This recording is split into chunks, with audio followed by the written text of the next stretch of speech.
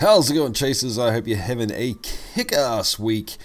With the world in the current state that it's in, people are finding it hard to find yeast. They can't buy it at the supermarket, they can't buy it at the local homebrew store, so the idea of being able to catch your own wild yeast becomes very, very attractive. In this excerpt from the Chase the Craft podcast, Jason Franson, a professional brewer, is going to walk us through how to catch your very own wild yeast. If people were wanting to catch wild yeast, how would they go about that? What would they do? Just get into your local supermarket and grab some yeast off the shelf, mate. No, I kid.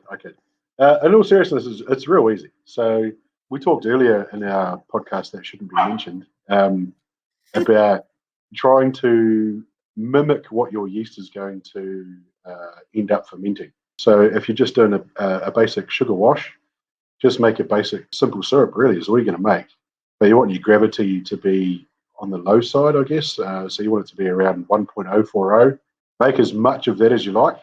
Split it out into some mason jars, if you've got mason jars, or just a jar or a glass or a tumbler or jam jar.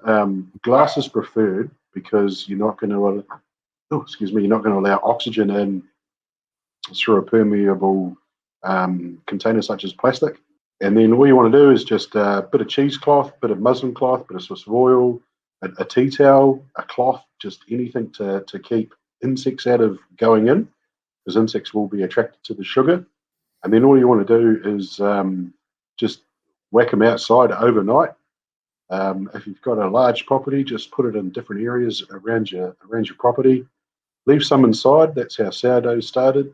Anywhere you think there might be a good aroma or a good flavour. So flower beds, your veggie patch. If you've got an orchard, whack it in an orchard underneath a fruit tree. Crikey, even in the middle of your paddock, underneath a tree that's full of pollen.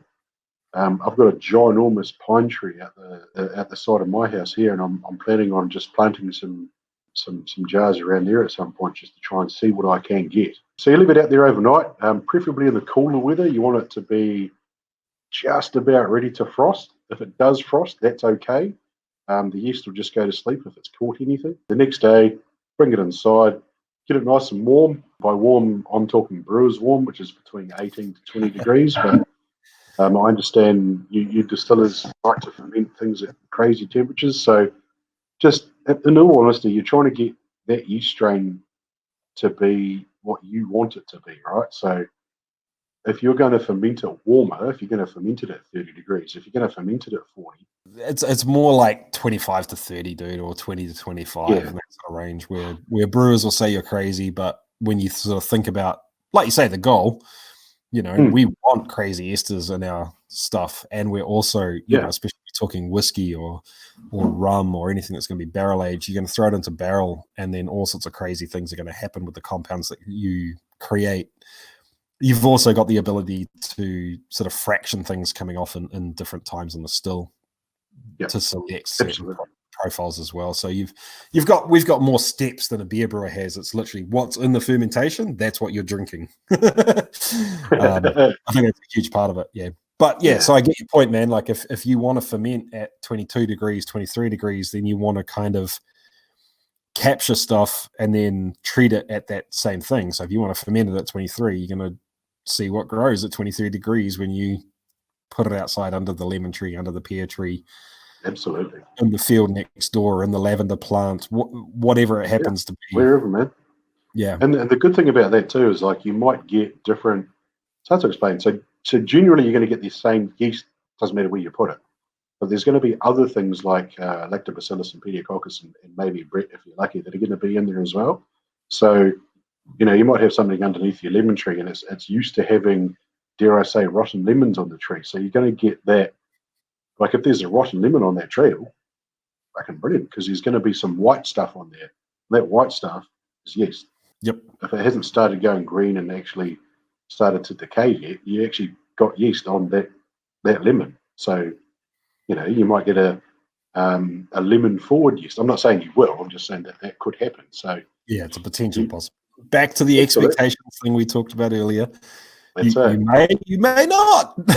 You may win, you may lose big. We don't know. And the other thing you can do as well, like if you're putting out, I don't know, 10 jars, and you might have 2 that'll strike, don't be afraid of blending those 2 together to make one yeast, because that's interesting. Or one culture, one culture, because because what you're doing is you're increasing the cells of the culture in that medium, right?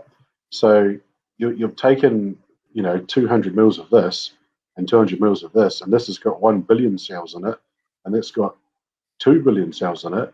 We might as well join the two together and make 3 billion cells, which is going to ferment faster, quicker, cleaner than it would if you were to stress it out and not have those numbers. So I guess once you have signs of fermentation, pretty sure you guys know what that looks like. You'll have bubbles.